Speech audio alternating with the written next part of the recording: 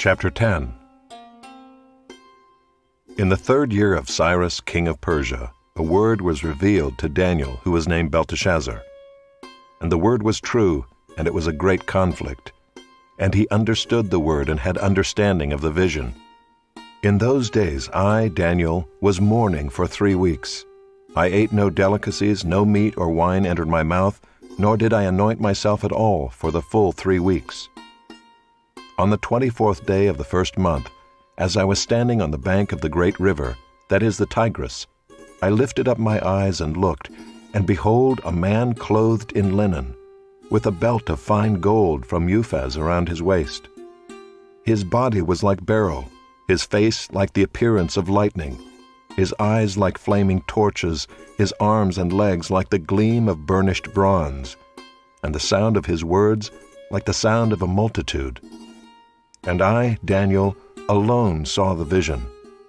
For the men who were with me did not see the vision, but a great trembling fell upon them, and they fled to hide themselves. So I was left alone and saw this great vision, and no strength was left in me. My radiant appearance was fearfully changed, and I retained no strength. Then I heard the sound of his words, and as I heard the sound of his words, I fell on my face in deep sleep with my face to the ground. And behold, a hand touched me and set me trembling on my hands and knees. And he said to me, O Daniel, man greatly loved, understand the words that I speak to you, and stand upright, for now I have been sent to you. And when he had spoken this word to me, I stood up trembling. Then he said to me, Fear not, Daniel, for from the first day that you set your heart to understand and humbled yourself before your God, your words have been heard, and I have come because of your words. The prince of the kingdom of Persia withstood me 21 days, but Michael, one of the chief princes, came to help me, for I was left there with the kings of Persia, and came to make you understand what is to happen to your people in the latter days. For the vision is for days yet to come. When he had spoken to me according to these words, I turned my face toward the ground and was mute. And behold, one in the likeness of the children of man touched my lips. Then I opened my mouth and spoke. I said to him who stood before me, O my Lord, by reason of the vision pains have come upon me, and I retain no strength. How can my Lord's servant talk with my Lord? For now no strength remains in me, and no breath is left in me. Again one having the appearance of a man touched me and strengthened me. And he said, O man greatly loved, fear not, peace be with you. Be strong and of good courage. And as he spoke to me, I was strengthened, and said, Let my Lord speak, for you have strengthened me. Then he said, Do you know why I have come to you? But now I will return to fight against the prince of Persia. And when I go out, behold, the prince of Greece will come. But I will tell you what is inscribed in the book of truth. There is none who contends by my side against these, except Michael, your prince.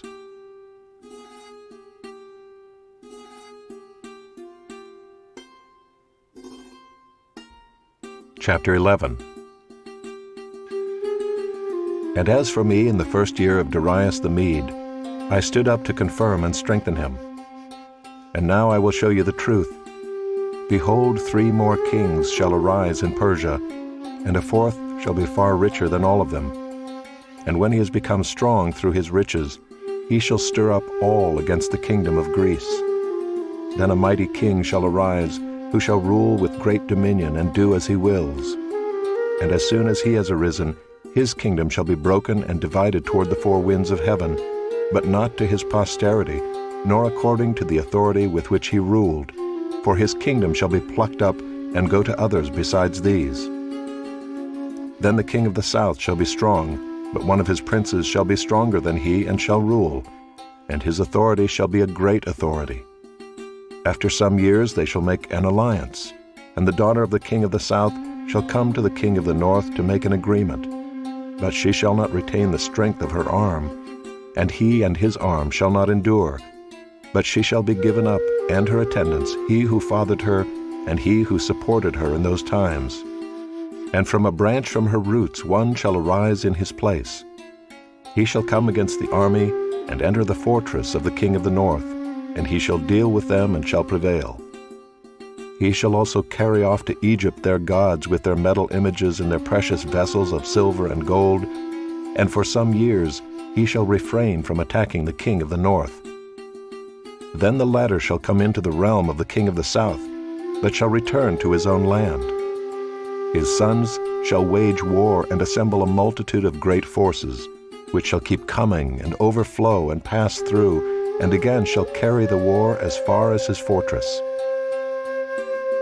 Then the king of the south, moved with rage, shall come out and fight against the king of the north, and he shall raise a great multitude, but it shall be given into his hand. And when the multitude is taken away, his heart shall be exalted, and he shall cast down tens of thousands, but he shall not prevail. For the king of the north shall again raise a multitude, greater than the first, and after some years he shall come on with a great army and abundant supplies. In those times many shall rise against the king of the south, and the violent among your own people shall lift themselves up in order to fulfill the vision, but they shall fail. Then the king of the north shall come and throw up siege works and take a well-fortified city. And the forces of the south shall not stand, or even his best troops, for there shall be no strength to stand. But he who comes against him shall do as he wills, and none shall stand before him. And he shall stand in the glorious land with destruction in his hand. He shall set his face to come with the strength of his whole kingdom, and he shall bring terms of an agreement and perform them. He shall give him the daughter of women to destroy the kingdom, but it shall not stand or be to his advantage. Afterward he shall turn his face to the coastlands, and shall capture many of them. But a commander shall put an end to his insolence. Indeed, he shall turn his insolence back upon him. Then he shall turn his face back toward the fortresses of his own land, but he shall stumble and fall, and shall not be found. Then shall arise in his place one who shall send an exactor of tribute for the glory of the kingdom. But within a few days he shall be broken, neither in anger nor in battle. In his place shall arise a contemptible person to whom royal majesty has not been given. He shall come in without warning and obtain the kingdom by flatteries. Armies shall be utterly swept away before him and broken, even the prince of the covenant. And from the time that an alliance is made with him, he shall act deceitfully, and he shall become strong with a small people. Without warning he shall come into the richest parts of the province, and he shall do what neither his fathers nor his fathers' fathers have done, scattering among them plunder, spoil, and goods. He shall devise plans against strongholds, but only for a time. And he shall stir up his power and his heart against the king of the south with a great army. And the king of the south shall wage war with an exceedingly great and mighty army, but he shall not stand, for plots shall be devised against him. Even those who eat his food shall break him. His army shall be swept away, and many shall fall down slain. And as for the two kings, their hearts shall be bent on doing evil. They shall speak lies at the same table, but to no avail, for the end is yet to be at the time appointed. And he shall return to his land with great wealth, but his heart shall be set against the holy covenant, and he shall work his will and return to his own land. At the time appointed he shall return and come into the south, but it shall not be this time as it was before, for ships of Kittim shall come against him, and he shall be afraid and withdraw, and shall turn back and be enraged and take action against the holy covenant. He shall turn back and pay attention to those who forsake the holy covenant. Forces from him shall appear and profane the temple and fortress, and shall take away the regular burnt offering. And they shall set up the abomination that makes desolate. He shall seduce with flattery those who violate the covenant, but the people who know their God shall stand firm and take action. And the wise among the people shall make many understand, though for some days they shall stumble by sword and flame, by captivity and plunder. When they stumble they shall receive a little help, and many shall join themselves to them with flattery, and some of the wise shall stumble, so that they may be refined, purified, and made white, until the time of the end, for it still awaits the appointed time. And the king shall do as he wills. He shall exalt himself and magnify himself above every god, and shall speak astonishing things against the God of gods. He shall prosper till the indignation is accomplished, for what is decreed shall be done. He shall pay no attention to the gods of his fathers or to the one beloved by women. He shall not pay attention to any other god, for he shall magnify himself above all. He shall honor the God of fortresses instead of these. A God whom his fathers did not know he shall honor with gold and silver, with precious stones and costly gifts. He shall deal with the strongest fortresses with the help of a foreign god. Those who acknowledge him he shall load with honor. He shall make them rulers over many, and shall divide the land for a price. At the time of the end, the king of the south shall attack him, but the king of the north shall rush upon him like a whirlwind, with chariots and horsemen, and with many ships. And he shall come into countries and shall overflow and pass through. He shall come into the glorious land, and tens of thousands shall fall, but these shall be delivered out of his hand, Edom and Moab, and the main part of the Ammonites. He shall stretch out his hand against the countries, and the land of Egypt shall not escape.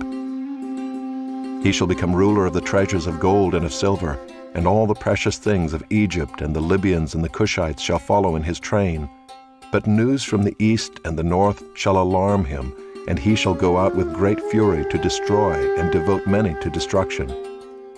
And he shall pitch his palatial tents between the sea and the glorious holy mountain. Yet he shall come to his end, with none to help him.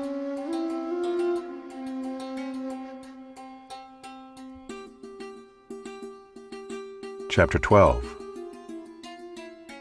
At that time shall arise Michael, the great prince who has charge of your people.